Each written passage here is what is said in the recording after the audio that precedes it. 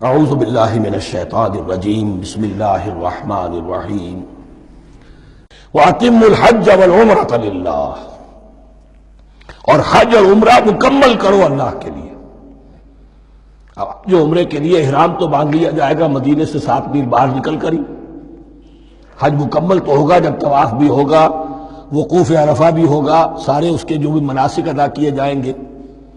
لیکن یہ کہ جو شخص بھی نیت کر لے حج کی یا عمرے کی تو پھر اسے مناسب کو مکمل کرنا چاہیے، کوئی کمی نہ رہے۔ فَإِنْ أُحْصِرْتُمْ، اگر تمہیں گھیر لیا جائے، روک دیا جائے، جیسے کہ سن 6 میں ہو گیا، صلح حدیبیہ کرنی پڑی، مشرکین مکہ اڑ گئے، نہیں داخل ہونے دیں گے۔ اگر تمہارا گھیراؤ ہو جائے فَمَا اسْتَيْسَرَ مِنَ الْهَدْيِ، تو جو بھی تم قربانی پیش کر سکو پیش کر دو۔ یہ دم احصار کہلاتا ہے کہ چونکہ اب ہم آگے نہیں جا سکتے، یہی ہمیں احرام کھولنا پڑ رہا ہے، تو دم احصار، یہ خون، یہ جو جانور اللہ کے نام پر ہم دے رہے ہیں، یہ اس کی ایک طرح کا کفارہ ہے۔ وَلَا تَحْلِقُوا رُؤُوسَكُمْ حَتَّىٰ يَبْلُغَ الْهَدْيُ مَحِلَّهُ، اور اپنے سر اس وقت تک نہ موڑو جب تک کہ وہ ہدی کا جانور جو ہے وہ محل تک، یعنی جو بیت الماء جہاں پر جا کر ذبح ہونا ہے وہاں پہنچ نہ جائے۔ جانور تو آپ نے بھیج دیے اور وہ رکاوٹ نہیں ڈالیں گے، اس لیے کہ ان کا گوشت تو ان کو کھانے کو ملے گا، لہذا جانور، لیکن یہ اندازہ کر لو کہ اب اتنا وقت گزر گیا ہے کہ وہ ہدی قربانی کا جانور جو ہے وہ پہنچ گیا ہوگا، ہدیم بالغ الکعبہ، وہ وہاں پر اس کی اپنے مقام پر پہنچ گیا۔ فمن کان منکم مریضا او بہ اذى من راسہ، تو جو کوئی بھی تم میں سے ہو بیمار یا اس کے سر میں کوئی تکلیف ہو، کوئی زخم ہو، اور اس کی وجہ سے یہ ہے کہ وہ حجامت کرانی ضروری ہو جائے، بال کاٹنے ضروری ہو جائے، ففدیۃ من صیام او صدقۃ او نسک، تو پھر فدیہ دینا پڑے گا۔ اگر اس ہدی کے جانور کے کعبے تک پہنچنے سے پہلے تمہیں اپنے بال کاٹنے پڑے، حجامت کرانی پڑی، تو فدیہ ہوگا۔ یہ جو ہے دم جنایت کہلاتا ہے، یعنی ایک جو کمی رہ گئی ہے اس کی تلافی کے لیے۔ وہ صیام بھی ہے، روزے 3 دن کے، او صدقۃ او نسک،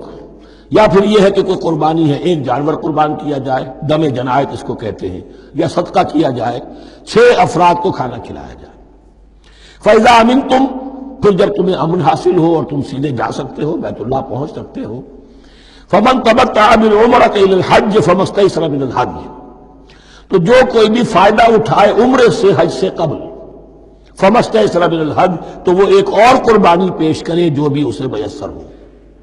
اب یہ سمجھ لیجئے کہ حضور کی بعثت سے پہلے عرب میں رواج یہ تھا کہ ایک سفر میں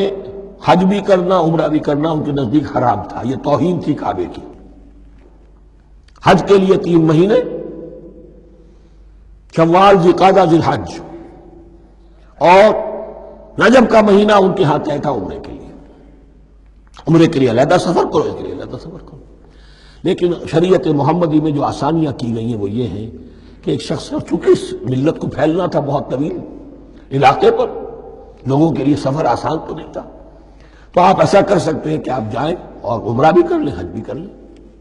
ایک شکل یہ ہے کہ عمرہ کیا، احرام کھول دیا، اور پھر حج کا وقت آیا 8ویں ذی الحج کو تو پھر احرام باندھا، وہ حج کا احرام ہو گیا، اسے کہتے ہیں تمتع۔ ایک یہ ہے کہ حج کے لیے احرام باندھا تھا، جاتے ہی عمرہ بھی کر لیا لیکن احرام کھولا نہیں، اسی احرام میں جاری رکھ کر اسے، اور اسی میں حج بھی کر لیا، یہ قران کہلاتا ہے، جمع کر دیا ایک ہی احرام میں عمرے کو بھی اور حج کو بھی۔ ایک افراد کہلاتا ہے، بس ایک کے لیے صرف حج کا معاملہ شروع سے۔ تو یہاں تمتع کی جو ہمیں اجازت دی گئی ہے اس کے لیے، جسے دم شکر کہتے ہیں حضرت امام ابو حنیفہ، یہ شکرانہ ہے کہ ہم ایک قربانی دیں۔ لیکن امام شافعی کے نزدیک یہ بھی دم جنایت ہے، یہ بھی جبر ہے، چنانچہ امام ابو حنیفہ کے نزدیک یہ قربانی جو دی جاتی ہے اس کا گوشت قربانی دینے والا بھی کھا سکتا ہے 1/3 کے درجے میں، لیکن امام شافعی کے نزدیک نہیں، یہ ایک صدقے کے اور اس کے دم جنایت کے قریب کی شے ہے، اس کا گوشت جو ہے قربانی دینے والا خود نہیں کھا سکتا۔ فَمَن لَّمْ يَجِدْ، اب اگر کسی کے پاس نہیں ہے یہ ہدیہ پیش کرنے کو، فَصِيَامُ 3 أَيَّامٍ فِي الْحَجِّ، تو اب اس پر لازم ہے کہ حج میں 3 روزے رکھے، 7ویں، 8ویں اور 9ویں ذی الحج کو روزہ رکھے ایام حج میں۔ 10ویں کا روزہ نہیں ہو سکتا، وہ عید کا دن ہے، یوم النحر ہے۔ وسبعۃ اذا رجعتم، اور 7 روزے رکھو جبکہ تم واپس چلے جاؤ اپنے گھروں میں جا کر 7 روزے رکھو۔ تلک عشرۃ کاملہ، یہ 10 روزے ہوں گے مکمل۔ ذالک لمن لم یکن اہلہ حاضر المسجد الحرام، لیکن یہ رعایت کہ حج اور عمرہ ایک ہی سفر میں کر لیا جائے اور ایک ہی احرام میں کر لیا جائے یا 2 احراموں میں کیا جائے، یا یہ کہ ان دونوں کو جمع کرنے کی شکل جو ہے، یہ ایک رعایت ہے کن کے لیے؟ ذالک لمن لم یکن اہلہ حاضر المسجد الحرام، جس کے اہل و عیال مسجد حرام کے قریب نہیں رہتے، دور سے آ رہے ہیں، تو ظاہر بات ہے کہ ان کے لیے رعایت ہوگی۔ واتقوا اللہ، اللہ کا تقوی اختیار کرو، وعلموا، اور جان لو، ان اللہ شدید العقاب، یقیناً اللہ تعالی سزا دینے میں بھی بہت سخت ہے۔ صدق اللہ العظیم۔